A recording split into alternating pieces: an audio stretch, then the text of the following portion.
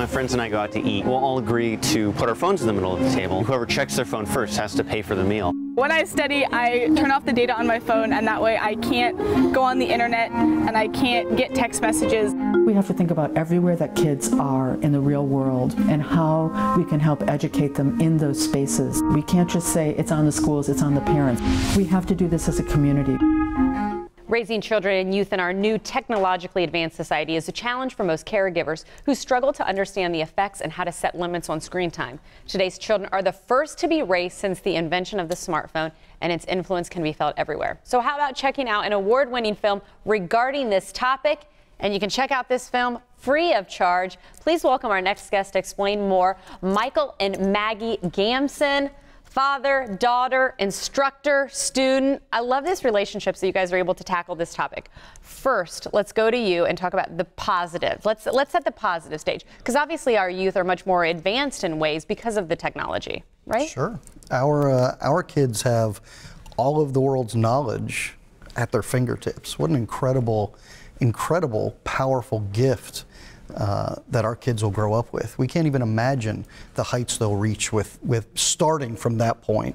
But with that comes a lot of responsibility, and that's the school's job and the parents' job to teach responsibility and guide kids in how to use that technology. Well, I first want to kind of bring up, since you brought being a teacher up first, so let's talk about that. How are you able to handle your students who have their phones in the classroom, who maybe have the negative side, but then of course keep that positive angle that you just brought up? Sure. Well, we integrate technology into all of our curriculum at Hillel, and phones aren't allowed to be used in school unless they're used for a specific academic purpose, which happens frequently. Sometimes our teachers will say, film a video of this, or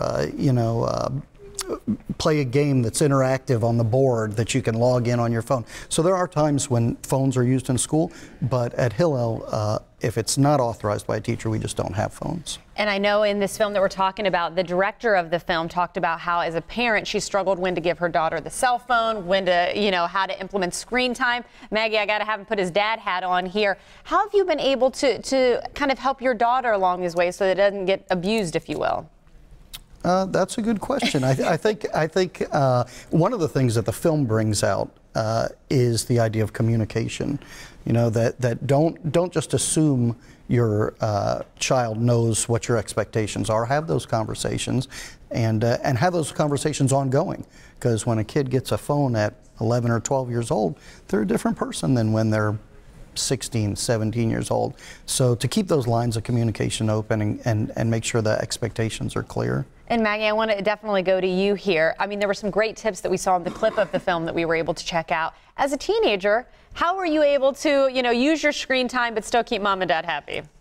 Well, I guess what my parents want from me is just like a good balance between how much time I spend on my phone and how much time I spend at school and with my friends, because I think they're not worried about me spending too much time on my phone, because I don't do that, but they just want to make sure that if I am on my phone, that I'm also doing what I need to be for school, stuff like that. And I will say, this film, again, we want to bring out, it is a free film. There is going to be a discussion beforehand. So I want to end the segment, though, advice. Maybe any advice of things that you've done for your peers and advices you maybe as a parent or a teacher?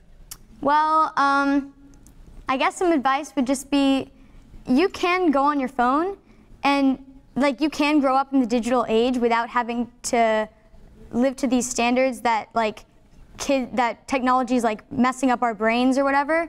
You can grow up in this digital era without having to be a kid who's obsessed with their phone. But you can also be on your phone. You don't have to feel like if you're on your phone, then you're living to that stereotype that you have to be connected to your phone at all times. I think that you just need to. Well, I will say, and on that note, Dad, you're shaking your head. I think you got to be proud. She's turned out pretty darn good, huh? Thank you guys so much for coming up. You saw the information already. Screenagers growing up in the digital age again, September 12th. Thank you guys again for coming in. Thank you. Thank you.